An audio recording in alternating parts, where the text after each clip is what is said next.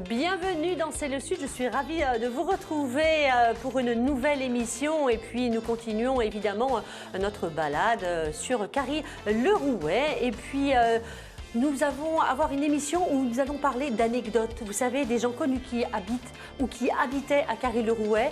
Avec, pour en parler, eh bien, je suis ravie de recevoir Raymond Aliès, un habitant de Carry-le-Rouet qui a 1 million d'anecdotes à nous raconter. On n'aura pas assez de l'émission. Bonjour Raymond. Bonjour. Comment ça va? Ça va très bien, ça va très bien. Bon, quand il faut parler de Carry, je connais un peu mon sujet, donc il n'y a pas de problème. Mais bien sûr, on voilà. va parler de Fernandel, de Jean-Pierre Foucault, enfin voilà, et puis de votre Carry surtout. Oui, hein, ça c'est bien. Je vous présente nos chroniqueuses du jour, Fabienne et Marianne, comment ça va? Très bien. On est contente d'être là, nous. Hein. Vous êtes en On forme? va bien. Fabienne, vous nous avez trouvé une pépite, hein, c'est Impression du Sud. Ils font des impressions sur textile. Alors, c'est une créatrice qui fait ça depuis 12 ans et je trouve qu'elle fait un travail extraordinaire. À la fois, elle remet au goût du jour des savoir-faire artisanaux, elle voyage énormément, donc elle traduit ça sur ses textiles. Je vous raconte tout ça tout à l'heure. C'est très joli en tout cas, donc on a hâte de découvrir. Et puis avec vous, Marianne, balade. Une balade exactement, un petit peu sport. Le tour du Romaron. C'est une balade à pied? Exactement. Une balade à pied, on quitte la côte parce que d'habitude on fait beaucoup de balades à Carry sur On la s'est côte. déjà baladé sur la côte Voilà, cette semaine. et ben là je vous amène côté plutôt Garrigue. Et vous allez voir, c'est sympa aussi avec des petites découvertes. Oh là là, très très très très bien. Alors on va commencer avec vous, donc Raymond Aliès. C'est un peu voilà votre Carry hein, que l'on va découvrir ensemble. Pour commencer, alors Carry est devenu résidentiel vraiment dans les années, on va dire 50. Oui, tout à fait. Mais vos grands-parents avaient déjà un cabanon en 1900, vos arrière-grands-parents en 1926, c'est bien ça? Exact. Ils habitaient Marseille, Oui. mais le week-end, comme plein de personnes, ils allaient dans leur cabanon à Carry-le-Rouet.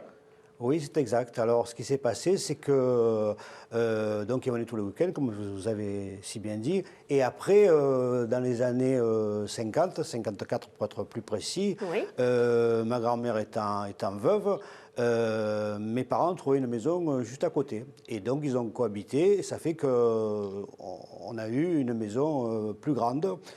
On parle des années 60. Hein. Bon, oui. Voilà, ça commençait à être des petites villas avec un jardin, etc. Pardon. Et donc après, après Carry s'est transformé. Et donc, j'ai des tas de souvenirs. Donc, j'ai connu Fernandel en tant qu'enfant, bien sûr, j'étais enfant, j'étais adulte.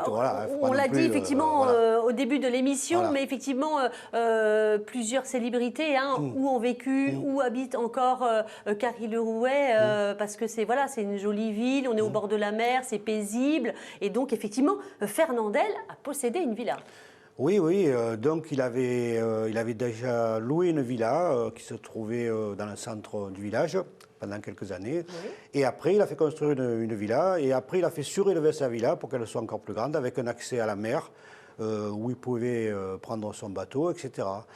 Et donc, moi, un de mes meilleurs amis que je côtoie toujours, ses parents habitaient à côté de Fernandel. Ils étaient gardiens d'un comte, ça s'appelait comme ça, oui. le comte de Sainte-Phare. Et donc, chaque fois que j'allais voir mon ami, on se replonge dans les années 60. Là. Bien sûr. C'était Fernandel qui fermait ses barrières lui-même. D'accord. C'est-à-dire, moi, j'arrivais avec un petit vélo et il me disait où tu vas? Je vais chez Michel. Vous aviez quel âge là? 10 ans, à peu près, 10 ans. une dizaine d'années, oui. Et je me souviens très bien, il était avec sa casquette et il me dit, passe. Et il a ouvert sa barrière en bois, attaché avec presque un fil de fer. Je veux dire, oui, on parle des années, en même temps, il n'y avait aucune sécurité proprement dite, puisqu'il n'y avait pas de problème particulier. Bon. Donc j'allais voir mon ami, et puis donc, il y avait sa voiture qui était garée. Il avait une Fiat, mais il avait une Fiat, pour l'époque, c'était une Fiat qu'on dirait dit une voiture assez importante d'aujourd'hui, quoi. Et je me rappelle bien de vue de son épouse également, et puis Franck aussi, qui était très très gentil, qu'on voyait souvent. C'est vous là sur le vélo? Là, Oui, devant... tout à fait, tout Ouais, à fait, d'accord. ouais, c'est ça, ouais, c'est vrai, d'accord, c'est moi. Donc, voilà, voilà le contexte. Bon, à part que c'est dans la rue où mes parents habitaient, Oui. mais c'était en vélo, c'était agréable d'y aller. Donc il était sympathique, il voir vous ouvrait Fernandel. la barrière, Oui, vous oui. pouviez comme ça aller chez votre ami. Voilà, voilà. Et en plus, bon, mon père qui avait un pointu à Carry, un bateau, le bateau de Fernandel était garé en travers. Parce que bon, l'hiver, effectivement, comme il n'était pas là, il tournait, etc., Fernandel. Donc on voyait souvent son bateau. Et l'été, il le mettait à quai son bateau. Donc on le voyait revenir dans la pêche. Mais pour nous, c'était normal, quoi. C'était Fernandel, mais c'était normal, quoi. On avait, quand Vous lui parliez un Quand on a petit un peu bateau, on pêche. Ah oui, forcément. Oui, on lui disait bonjour, etc. Mais bon, Toujours c'était, charmant. voilà, étant enfant, pour nous, c'était normal. Voilà, c'était dans le contexte de Carry. Voilà. Bien sûr. Donc il y a l'avenue Camillo qui a été inaugurée donc en 54 en présence du maire de l'époque, Oui, qui oui. s'appelle par rapport à Fernandel. Il y a une stèle aujourd'hui qui a été inaugurée également en 86 et là qui a été déplacée en 90 devant le cinéma donc qui porte son nom. Oui, l'espace Fernandel. L'espace Fernandel. C'est un contexte de... Il y a le cinéma et la salle de spectacle à côté, donc de temps en temps, il y a des spectacles. Donc vous l'avez rencontré, vous l'avez un petit peu côtoyé comme ça quand vous Oui, étiez petit. Ensuite, vous avez eu comme ça, vous êtes passionné par Oui, parce que ce c'était personnage. un acteur hors pair. Il y a toujours des acteurs actuels qui sont très bons, mais je veux dire, même comiques. Mais je veux dire, Fernandel, comme m'a dit mon papa un jour, il savait tout faire. Vous voyez, un peu genre Bourvil dans un autre style. En tant que Marseillais, quoi, il savait vraiment tout faire, il savait rire. Bon, il y a quelques films où il fait pleurer, Fernandel. D'accord. Il y a un film notamment qui s'appelle Meurtre. Le film, il n'est pas tellement comique. Je veux dire, j'ai eu du mal, moi, à le regarder. Parce qu'on carrément. on a Les Don Camillo, on a La cuisine au beurre qui est tournée à Martigues, on a des classiques comme ça qu'on peut regarder 10 fois, 12 fois. Mais Fernandel savait quelquefois faire pleurer un peu la larme à Verser l'œil. la larme. Voilà, tout à fait. Voilà. Elle existe toujours, sa villa? Oui, sa villa existe toujours. Elle est revendue par des... Elle a été rachetée par des gens qu'un ami connaît très bien. Oui.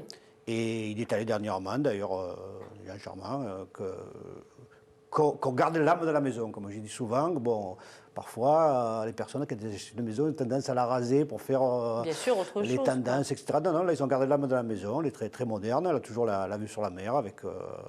Ça n'a pas changé. Si on se met à la barrière, on a l'impression d'avoir Fernandel à côté de nous qui regarde la mer. Donc Voilà. vous le voyez quand vous alliez chez votre ami. Est-ce qu'il se baladait dans le village? Est-ce qu'on le rencontrait facilement? Je le croisais en voiture, moi. Donc, Avec mon vélo, bien entendu. C'était pas ma génération. Je le croisais avec sa voiture. Alors, et donc, il mettait des lunettes noires. Mais bon, les lunettes noires, Fernandel, c'est un peu comme Johnny Hallyday.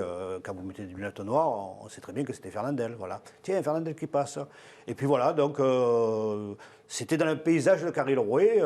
Mais c'est ce qu'on apprécie aussi, de toute façon, j'imagine quand on est un petit peu connu, d'être aussi tranquille. Et c'est ce qu'il retrouvait à Carry-le-Rouet, c'est qu'il était tranquille. Voilà, surtout les enfants. Je veux dire, les enfants, Ouais. ils n'étaient pas hystériques, ils étaient contents d'avoir Fernandel. Et après, donc, il y avait un établissement qui s'appelle le Family. Actuellement, il y a l'office de tourisme. Oui. Et ce Family, il faisait beaucoup de spectacles pour les enfants, etc., de l'auto. Et Fernandel venait souvent. En tant que, on va dire, citoyen d'honneur, hein, il venait.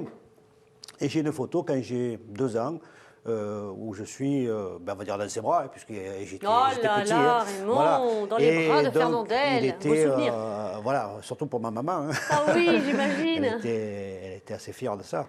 Elle est assez fière de ça. Mais à l'époque, donc, ça l'avait... tu te rends compte, la photo de Fernandel, donc elle a cette photo chez elle, sur son buffet, comme on dit, qu'elle contemple. Vous continuez de regarder ces films Oui, oui, tout à fait. régulièrement? Non, pas régulièrement, mais de temps en temps, ça m'est arrivé de reprendre ma collection. J'ai dit, tiens, celui-ci, il y a longtemps que je ne l'ai pas vu. Eh bien, on découvre des trucs... vous savez, on dirait le chirurgien de l'image. Vous regardez derrière, Fernandel, et vous voyez des choses qui s'animent. Mais je me dis, mais je ne l'ai pas vu ce film, c'est pas possible. Je ne l'ai pas vu comme Non, ça non, la je l'ai première pas vu comme ça, voilà. Alors, donc c'est toujours agréable de regarder à nouveau des films de Fernandel. Voilà. Alors, Fernandel, bien sûr, mais également, on ne peut pas parler de Carrie Lerouet sans parler de Jean-Pierre Foucault. Oui, alors Jean-Pierre Foucault. Alors, Que vous avez connu aussi quand il y a pas mal d'années, parce que il venait présenter des chanteurs, c'est ce qu'on appelait les podiums, les galas en plein air, et il venait donc présenter les chanteurs, lui. Donc, il y a eu... Là, vous avez quel âge à ce moment-là? Ah, là, j'ai 16-17 ans, là, je suis grand. Là. Ah, là, vous avez le droit de sortir. Je suis en plein Clo-Clo, Frédéric François, etc. En fait, toute cette génération-là. Voilà, Antoine. Donc, il y avait des podiums et il y avait Frédéric François qui passait sur le port de Carrie. Oui. Et c'était, je veux dire, c'était... Un peu l'événement. C'est Noir de Monde. Voilà, Noir de Monde. Ah ouais, Noir de Monde. C'était gratuit, bien entendu. Ouais. Présenté par Jean-Pierre Foucault. À l'époque, on ne connaissait pas encore. Non. On faisait des interviews et puis c'était le jeune animateur que tous les jeunes aimaient, hein, puisqu'on avait 3 radios, on avait 2 radios à Paris qu'on captait pas, et on avait Radio Monte-Carlo en grande zone. Exactement. Qu'on captait. Donc pour nous, Jean-Pierre Foucault, c'était un peu notre idole animateur. Voilà. Ah oui. Et donc après, il y a eu Antoine à Saucé, c'est pareil, sur la corniche Saucé, c'était magnifique, je veux dire, pour la génération, pour les jeunes, si vous découvrez ça, bon, c'est très... Ça sort de l'ordinaire, quoi, je veux dire, parce que c'était des concerts gratuits.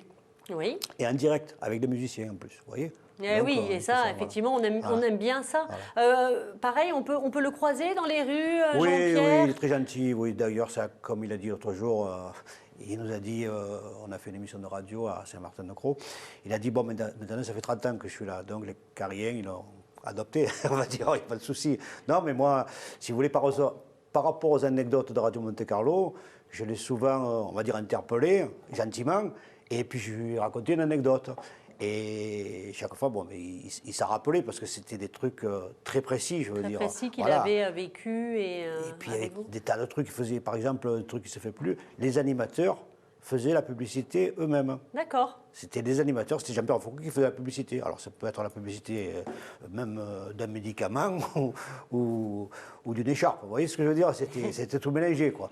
Et donc, quand il est venu s'installer à Carrie, c'est sûr que moi, ça m'a fait plaisir. Mais bien sûr. Voilà. Mais non, bon, en plus, j'ai côtoyé quelques artistes, voilà. Et Jean-Pierre Foucault, si vous voulez, ça m'a fait plaisir de le rencontrer. Voilà. Ben voilà, donc si vous vous baladez effectivement à Carrie, vous pouvez encore rencontrer peut-être Jean-Pierre Foucault. Ben merci pour toutes ces anecdotes, Raymond.